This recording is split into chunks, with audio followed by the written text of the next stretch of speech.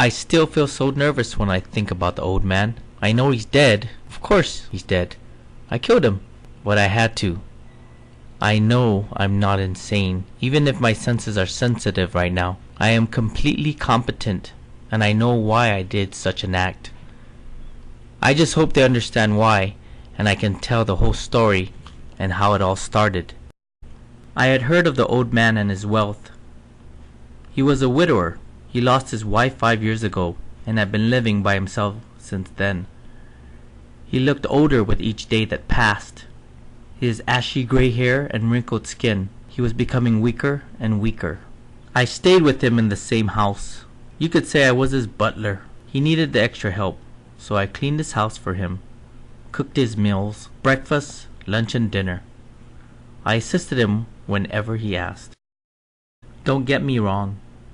He was a nice man, and I had nothing against him, except for one thing.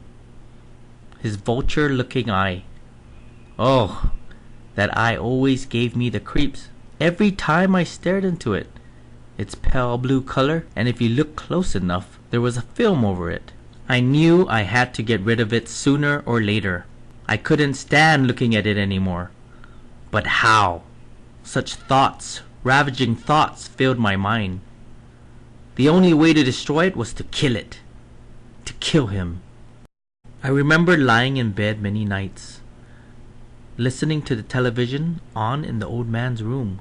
He would still be awake, and I would lie waiting for the right time when he would fall asleep. I would get up from my bed, my flashlight in my hand. I remember sweating, the heat from my nerves coming out of my pores, my feet walking one step after the other in a slow and soft motion towards his room. His door would be slightly ajar, just enough for me to peek in. I could see the old man was asleep. It took me about 15 minutes to get in. I was deliberate, moving to where he lay on his bed. I flashed the light over his face. His vulture eyes shut tight, but I couldn't do it. Not tonight. About a week passed, and those dreadful thoughts continued to run through my head. I had to get rid of that eye. That evil, evil eye. That night, I snuck into his room and flashed the light on the vulture eye once more. But I dropped it.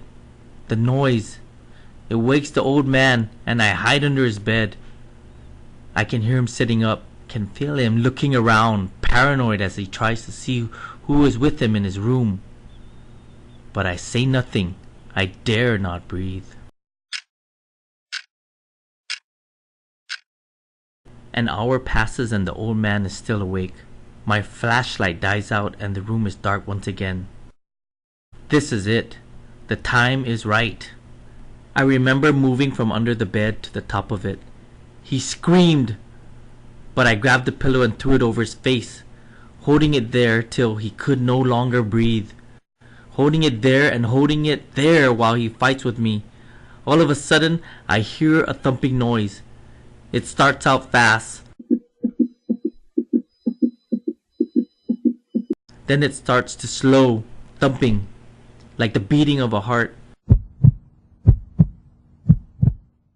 The old man is terrified. Finally, he stops moving. He's dead. Guilt starts to come over me.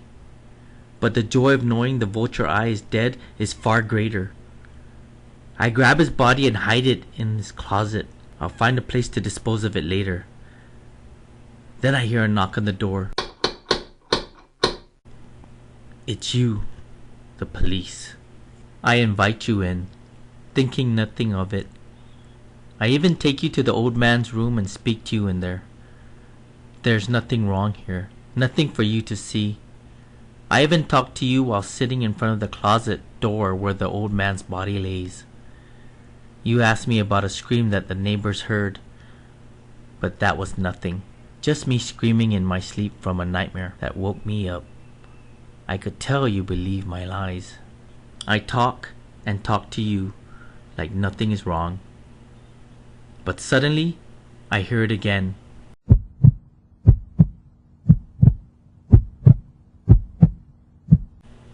You laugh at something I say, but that familiar noise gets louder and louder.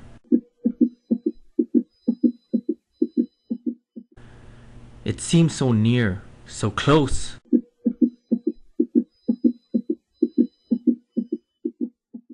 And getting closer, louder and louder and louder.